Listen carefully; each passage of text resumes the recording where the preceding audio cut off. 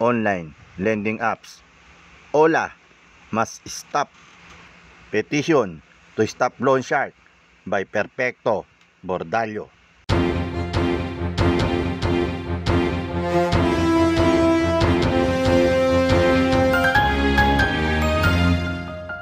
Hi, Ola victims.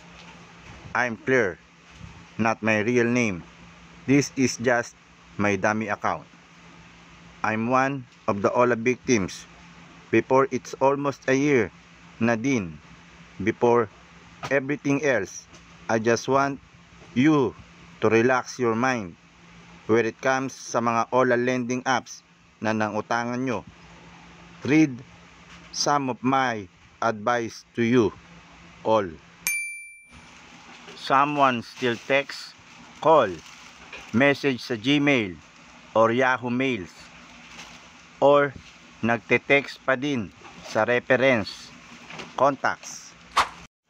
Please change your number and also deactivate for a while your Facebook. Text your family and friends na na-scam kayo and hinahack nila ang account at cellphone number nyo. Kung ginugulo na nila mga contacts nyo, don't answer any calls kung wala naman kayo inaasahan na tawag na importante. Don't hesitate na sagutin yung mga caller. Pag minura na kayo, maging matigas kayo. Guys, dapat maging palaban kayo. Nagpadala ng demand letter through email or text. Tandaan nyo guys, ang demand letter, pinapadala yan personal sa inyo at dapat merong yang name of the company, date, complete address, formal letter dapat, signature, at dapat meron siyang stamp o notaryo galing sa registered na abogado. Pag napadalan na kayo nyan, consult to a lawyer or police station just to verify if legit yan. Kung natatakot kayo, kayo din ang mahihirapan. Block all the numbers na pinagte-text of calls sa inyo. Magsasawa din yan. Ipopost ang mga mukha natin or yung IDs. Hayaan nyo sila. Go lang. Huwag kayo matatakot. I-report ninyo sa mga pages or groups na scammer mga yan. Marami kang pwedeng i-demanda sa kanila. Mga pwede ikaso sa kanila: harassment, bullying, verbal abuse, mental abuse, public shaming, Data Privacy Act, trespassing. Kung di natin sila pinahintulutan pumunta o pumasok sa tahanan natin, illegal sila, kaya marami pa tayo pwedeng ikaso sa kanila.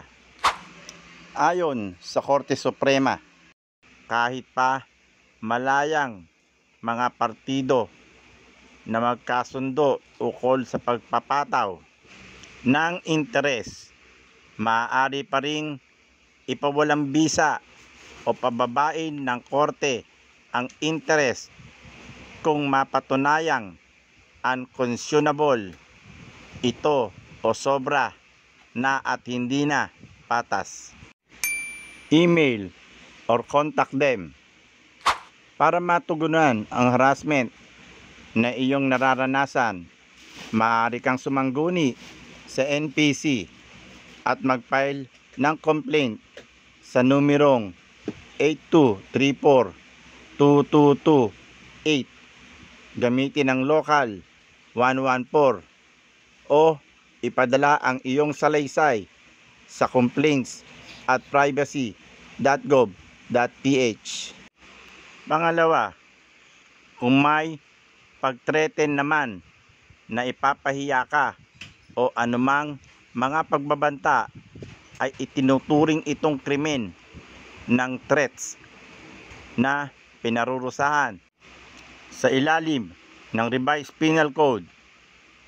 Para i-report ito, maaaring sumangguni sa PNP Anti-Cybercrime Group, PNP ACG, sa kanilang Complaint Action Center Hotline Smart +63 961 829 8083 at Globe 63 915 589 8506.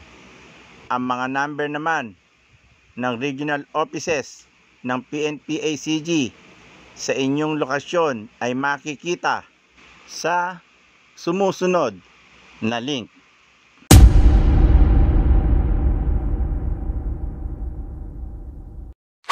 Maaari mo ring isangguni ang iyong problema sa NBI Operation Center at 0961-734-9450, NBI Anti-Fraud or Cybercrime Division at 852-382-31238, or i-message ang NBI sa kanilang website or social media account. Pangatlo, ang gawaing ito ay itinuturing ring unfair debt collection practice na ipinagbabawal ng batas ayon sa Securities and Exchange Commission SEC Memorandum Circular Number 18 Series of 2019.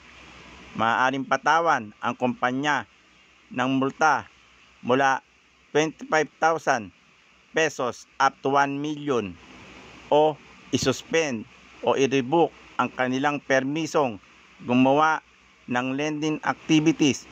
Para rito naman, maaaring mag-report sa SEC sa email ng cgfd_md@sec.gov.ph. Walang-wala na talagang may bayad. Kung alam mo sa sarili mo na wala ka na talagang pambayad at hindi mo na mababayaran ang mga OLA lending apps na nasalihan mo, please lang mag-stop ka na, kaka-login sa iba pa. Huwag mo na dagdagan pa. Wala ka na nga pambayad, dadagdagan mo pa. Sino pinapahirapan mo? Sarili mo lang. Huwag nang bayaran. Sundin yung mga nararapat na gawin para hindi ka ma-stress at ma-depress. Samahan mo na din ng panalangin dahil ang nasa itaas lang ang makakatulong sa atin sa mga problema sa buhay. Alam ko mahirap, pero kakayanin natin. Kung kaya ko, kakayanin mo din. Baka pupuntahan ako sa bahay o sa trabaho. Yan yung mga salita o natatanggap natin sa mga text at calls, di ba? Kung pupunta sila, di pumunta sila. Wag na wag kang magpapakilala sa kanila. Ano dapat gawin? Call a police or barangay tanod or mga nakatataas to help you. Doon kayo magharap sa police station. Ganon, humingi ka ng ID and legit info about them. Records mo lahat para may evidence ka pag binaligtad ka nila. Mag-isip ka ng paraan. Mag-isip ka ng maayos.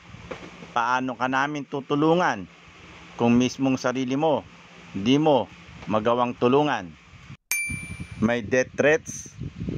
Sabi ko nga, pagsama-samahin nyo lahat ng evidences na alam nyo, makakatulong sa inyo pag sa korte kayo nagharap. Death threats, malaking problema yan sa kanila pag may ebidensya ka text or call. Yan, importante meron ka. Sabi nila, padadalan ako ng kabaong, edi ibalik mo sa kanila. But bago mo ibalik, as the person na nag-deliver sa inyo, picturean mo din. Kunin mo ang details ng nagpadala sa inyo. It's your right to know who's the person behind that. Alam mo, natatakot ka kapatid. Pero paano ka namin matutulungan kung mismong sarili mo hindi mo kayang tulungan? Alam namin mahirap, masakit kung anuman sitwasyon mo ngayon. But trust me, trust your friends here in Ola Victims. Hindi ka namin pababayaan hanggat kaya namin at hindi kami busy. Tutulungan ka namin. Many of you, I don't know, nasa part na kayo ng depression. Please lang, isipin nyo yung mga taong nagmamahal pa sa inyo. Isa na kami doon. Mahal namin kayo. Napagdaanan din namin yan. Pero kumusta kami ngayon? We are fine. We survive this kind of bull. I know, kaya mo. Magtiwala kami sa'yo. Kaya mo, kapatid.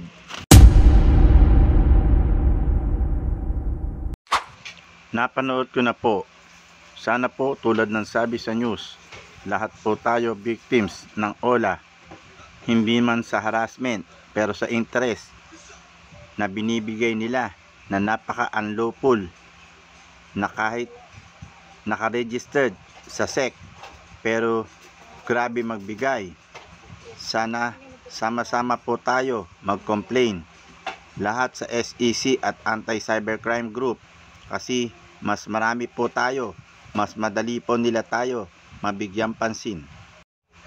Sana bilang abusadong paniningil ang imbestigahan, pati yung interest nila na hindi sumunod sa batas. Hopefully, this comes to an end of their illegal activities.